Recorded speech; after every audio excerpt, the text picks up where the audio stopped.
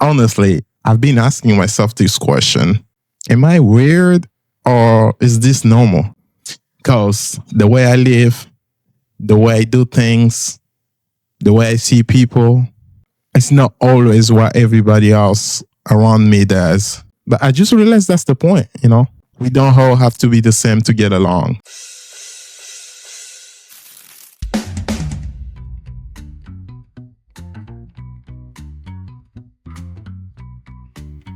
What's going on, guys, and welcome back to Deli Lifecast. And today's episode, we're going to try to talk about what makes you around other people and still have fun. It's not just me. I know a lot of people ask themselves this question. Am I just weird, or what I'm doing is normal? I'm gonna try to talk about my situations, and one thing I learned is being different is not being weird. So you ready? Let's go. Let's dive in. Let's do it. Deli delicious, he's kind of suspicious. Where does his mind always go? The guests, they all shivered since they'd been delivered on Deli's Lifecast show. He dives into stories from glory to worries with a laugh and a thought to bestow. Now that he's rested and fully invested, he's ready to share what he knows. So if you listen right now, I want you to keep this in mind. So in today's episode, it's about being yourself. I'm not talking about the version of you that try to fit in every group. No, I'm talking about the real you. This is how I do things and it's okay version. That's what I'm going to be talking about. I grew up in a family with some clear boundaries. No drinking, no smoking, no tattoos. That was the culture in my house, Now, when you grow up with those kind of rules, one or two things usually happens. It's either you end up being like really against everyone, against any rules, against your parents, or you learn how to adapt those boundaries. But for me, I feel like it wasn't that hard. I didn't feel like I was missing something, But the interesting thing is that what happened when I got older, I started meeting new people like outside of my house. Because I remember one day I was like 12, 13, something like that. So my parents tried to explain me what we don't do there, what are the reason and how I'm free if I want to do them, but they show me the consequences and everything. So after like 14 years old, I made those choices, but like for myself. It wasn't the boundaries anymore, It wasn't like, okay, if you want to live in my house, you have to respect this, but it wasn't like that anymore. So when I was growing up, I made friends, and a lot of people I became friends with. They were drinking, smoking, have tattoos. But here's the thing. At first, there were a part of me were like, okay, does that mean I don't belong here? Am I supposed to change so I can fit in it? But over time, I just realized something really important. Just because somebody else is making different choices doesn't mean I have to copy them. And also, it doesn't mean that we can be friends. I kind of believed, and I still believe, that respect is the real key. So I had to learn how to say, yeah, I don't do this. I still respect you, and we can still hang out. But honestly, that changed the way I see the words right now, like today. Because if you really think about it, life will be so boring if everybody was the same. For real, I'm telling you. So one of the biggest things I've learned about respecting boundaries in any kind of relationships, it's like we all got that one friend that love the clubs, right? And maybe you are more of a stay-at-home type person, or you got that one friend who love to travel, and you got another friend who just love to save his money and eat tacos on Tuesdays and on the weekends. For me, boundaries are simple. Because I know exactly what I do and what I don't do. And I don't push that on my friends. But I also expect the same respect back. You know what I mean? Like if I say, yo, I don't smoke, don't try to push it on my hands and say, come on, Deli, it's just a one-time thing and shit. Nah, bruh, just respect me the way I respect you, dude. I will never tell you like, oh, dude, you gotta stop smoking or it's bad for you. Now, I don't do that. The cool thing is that when you have that respect, friendships get way stronger. Trust me. Because you start to realize it's not about doing everything the same. It's just about finding that common ground. And be yourself. Like maybe we don't party the same way, but we laugh at the same memes. You know what I mean? And also maybe it can be like we don't have the same playlists. We don't have the same kind of music, but we're still gonna watch the game together, like basketball, soccer, I don't know, tennis, MMA, you know? And I believe that's where real connections happen.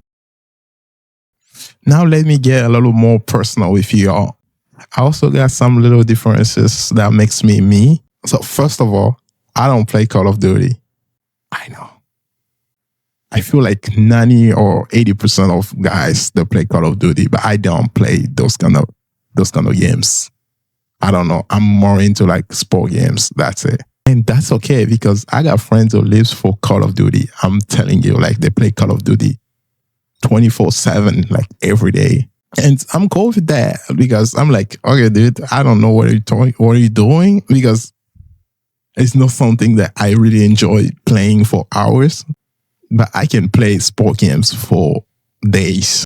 I kind of like to watch people playing Call of Duty instead of me playing because I'm bad and I don't like it. I don't find it fun to play.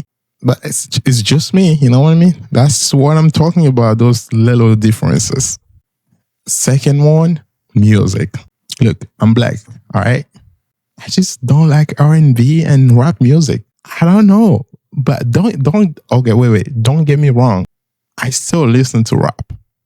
Like the way I'm talking about rap is like listening to rap every day or for 5 hours in a row, just like that. Rap, R&B, rap.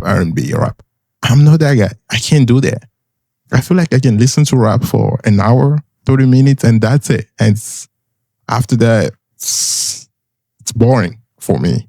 That's the way I see it. And in my playlist, I kind of put everything in it, like any kinds, because I'm not that kind of people who listen just the same thing over and over, like same kind of music over and over. You know what I mean? I'm like, I listen to a rap song. I got some cool rap songs in my playlist. A few. Pop and rock is my favorite, actually. I can listen to that every day. That's the differences I'm talking about. It's not like if you love rap, you want me to love rap too. That's not what I'm talking about. That's not normal. We have our differences. I don't like rap the way you like it. You don't like rock music the way I like it. So yeah, and we cool with that. It's normal.